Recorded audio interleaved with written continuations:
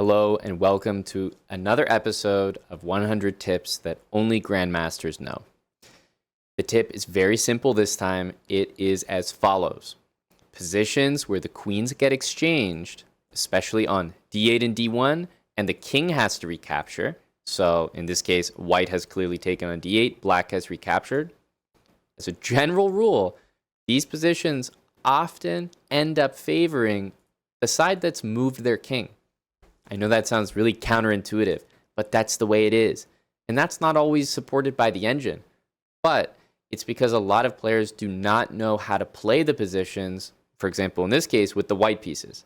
They don't know how to play against the black setup here, and black has a very clear plan. So I'm going to do a couple things in this video. First, I'm going to show you what black is trying to achieve and why it works so well. And I'm also going to show you a good way to handle that, which nobody's really playing, which is why people are having so much success with positions like this. So first of all, the most common opening, I think, that could land you in a position like this is something like the Pierts. Let's say e4, d6, d4, knight f6, knight c3, and e5. To me, this is like the most standard offer of a queen trade on d8. And white takes, black takes back, and immediately, yes, white has an advantage according to the engine, absolutely, but you need to really play it well. A few lazy moves, and black will very quickly take the edge. For example, in a position like this, like I think knight to f3 makes a lot of sense, and black usually plays bishop d6, bishop e3, and we could already start thinking about the setup that we want to have, and it usually includes moves like c6. And then in this case, yes, I'd love to play king c7, but king e7 is totally fine. And we already get a position where my next move is knight d7 and bishop c5, and black is going to make some serious achievements. This is the setup. Usually black takes the queen back and then hides the king on e7 or c7, and obviously for white, it would be e2 or c2. The goal is to trade the bishop that's the same color as your center pawn. So for black, we put our king on one of these two squares. We try to trade the dark square bishop, same color as that pawn. And a very key ingredient almost all the time, well, if you're going to hide your king there, how are you going to do that? You need to play c6, or as white, c3. So very, very common. You'll see either knight, and by the way, this knight here is not strange at all, because this knight can often develop to a6. But you'll play knight to d7 in order to facilitate bishop c5, because based on the position, where else is that bishop you're trying to trade for going to develop? It could go to g5, but you'll be able to kick it around if necessary. So it usually ends up here. Or as white, the bishop ends up here, and we try to play bishop c4. So in this case, white has done nothing wrong. h3, let's say knight d7, bishop e2, bishop c5. Okay, in this case, I'm hanging my pawn here, so let me be slightly more careful. In fact, let me show you the other way of going. I'll play knight d7, and then f6. So we're solidifying everything, and on my very next turn, and by the way, I'm just playing the most average moves for white, I'll play bishop c5.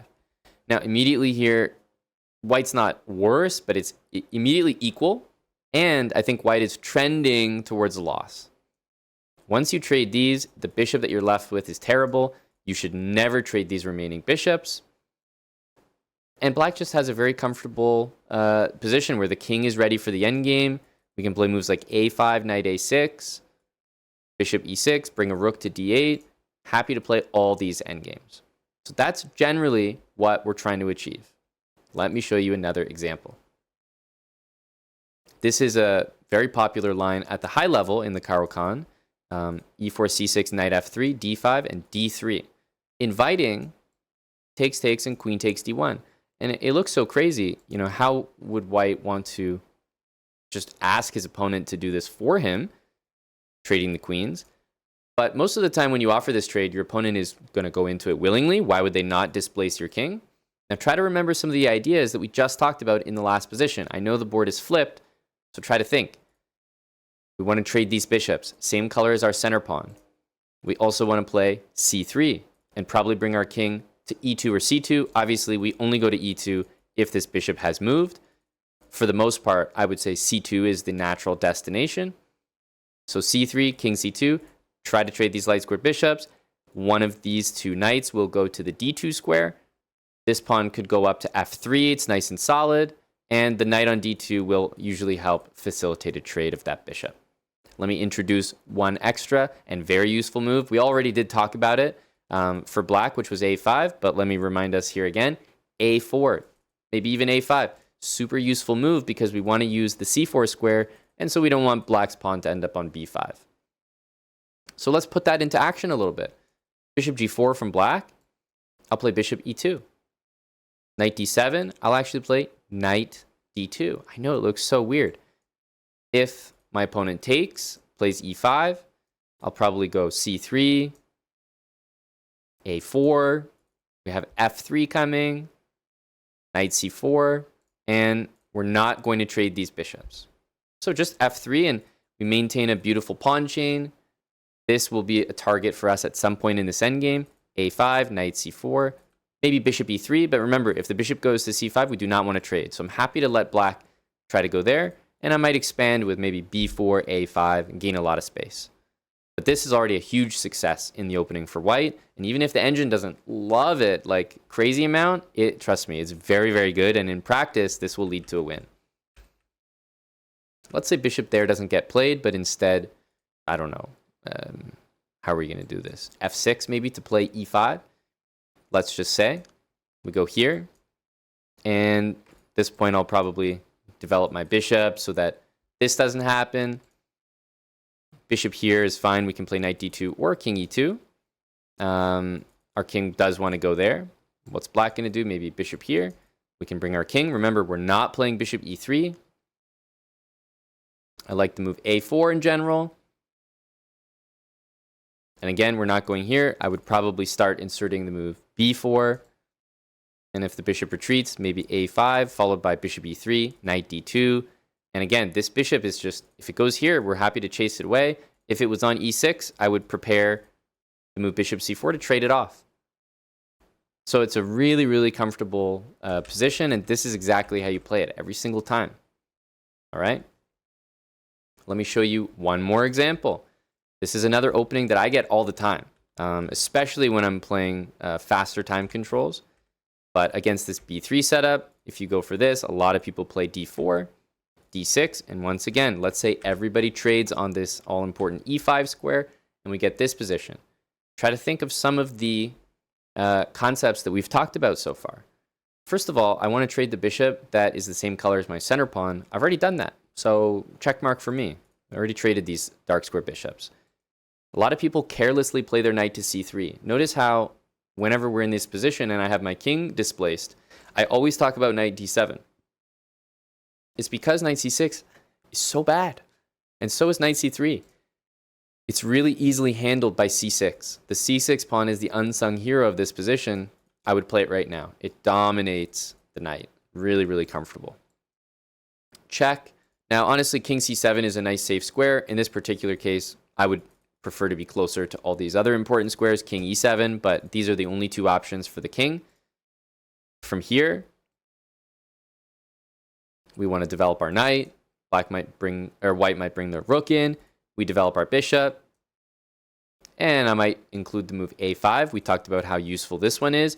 My knight is going to go to that same square that we've always used for it, d7, and then probably up to c5. If a trade happens, I can also voluntarily take. This is fantastic. We're going to have bishops left over. Mine is going to be preferred. I'm happy to trade here. Notice how my pawns are starting to get on dark squares as well. So this is just another example of a very successful position. So if you had to summarize what your position looks like, if black has a dark squared bishop, we're trying to trade it off. Same color as this. We're playing this. We're usually playing a knight to d7. We're hiding our king on one of these two squares. We don't go to e7 ever to block that bishop, so we're developing it first if we're going there. Otherwise, we're hiding here. And that c6 pawn is so useful. And meanwhile, we want to keep the bishops on the board that are not the same color as the center pawn. Okay? Now, let me show you an example of a game that I played, which I believe is pretty interesting because it finally shows how to play against that. Now, what I just showed you is super effective. It's not like what I'm about to show you now just refutes it, but it's a good strategy to try to go for. What I showed you guys so far is, that king displaced, what pieces you trade, where your pieces go.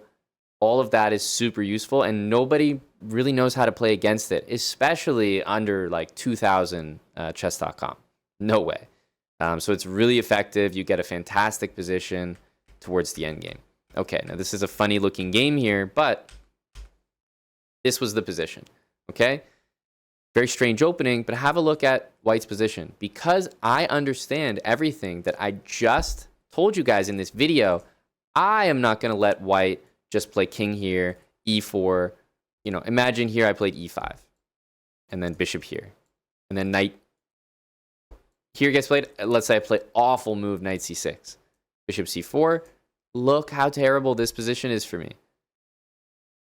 Like, yeah, we get this long castle with check, but it's never that useful. The king just hides here. White plays a4, maybe b4, knight d3, bishop e3. An absolutely amazing, amazing position for white. So compare to what I did play. I played bishop f5, knowing that the king would want to go here. This is the most annoying diagonal to be on. You're probably thinking, okay, but usually there's a pawn there. Well, this game does a good job of showing what happens when that does occur. So I go to g6. Now, if your bishop can't make it to f5, don't worry. Even from d7 or c8, you can still play the move I'm about to play, which is f5. So even if the bishop was back here, it works the same way. Great way to play against your opponent who has displaced their king from a queen trade, is very aggressive, very active, and trying to open the position. So f5 looking to take on e4 is exactly the way to play. Look at the difference. Takes here, the c2 square is covered, and white just can't get comfortable. The position is wide open. The king is being held back here by the bishop, so it's not at all a comfortable position, and from here, I was able to win a very nice game. But if your opponent's trying to do what I've shown you in this video, this is a great way to play against it. For white, it would be the f4 move. For black, it's the f5 move. Trying to loosen up that e4, e5 pawn so that the c2 square is not as comfortable. Okay? So try to open the position at all costs. If you don't, and you just kind of slowly develop your pieces to very basic squares, then your opponent, or hopefully you guys, after watching this video, are going to be able to execute exactly why all the top grandmasters are happy to offer a queen trade to a lower rated player. You think, oh, I'm trading against a GM. I'm almost going to make a draw. No, they're happy to play that position because they know just how many winning chances it truly does afford you. So hope you guys enjoyed this tip and you're able to use it in your games. I think it's a very, very good one because a lot of people just do not expect the king moving on like the third or fourth move to actually be an effective way to try to play for a win. But it is. So hopefully now you understand why you see grandmasters do this all the time. See you guys in the next episode of this series.